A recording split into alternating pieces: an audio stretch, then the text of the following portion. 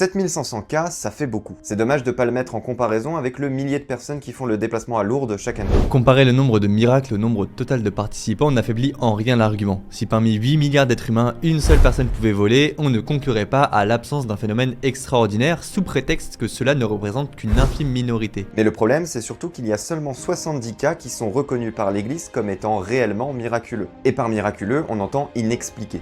Il n'y a que 70 miracles authentifiés précisément parce que le comité scientifique indépendant chargé de les valider applique des critères extrêmement stricts. Donc moins de 1%. Ça relativise le chiffre. Et ce moins de 1%, c'est inférieur au taux de guérison spontanée qu'on observe dans la médecine dans des contextes qui n'ont rien à voir avec la religion. Encore une fois, comparaison n'est pas raison. Aucun des 70 miracles officiellement reconnus par l'Église à Lourdes n'est comparable à une guérison spontanée ordinaire.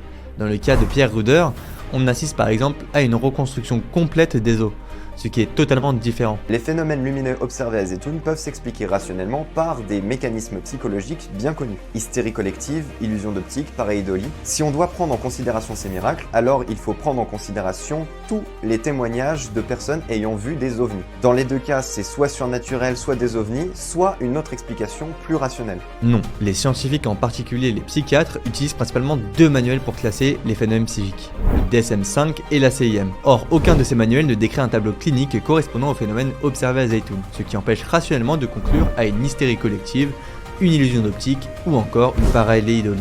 On retrouve ici encore une erreur de raisonnement. Comparer des phénomènes qui n'ont rien à voir. À Zeytoun, on parle de très nombreux témoins simultanés, ce qui rend la comparaison non pertinente. Parler des ovnis est fallacieux. Les témoignages rapportant des gens avoir vu des ovnis au même endroit au même moment par des centaines de milliers de personnes pendant plusieurs jours n'existent pas. D'autant plus, il n'existe aucun cliché photographique de ces ovnis. A contrario, pour Zeytoun, nous avons plusieurs photos des apparitions.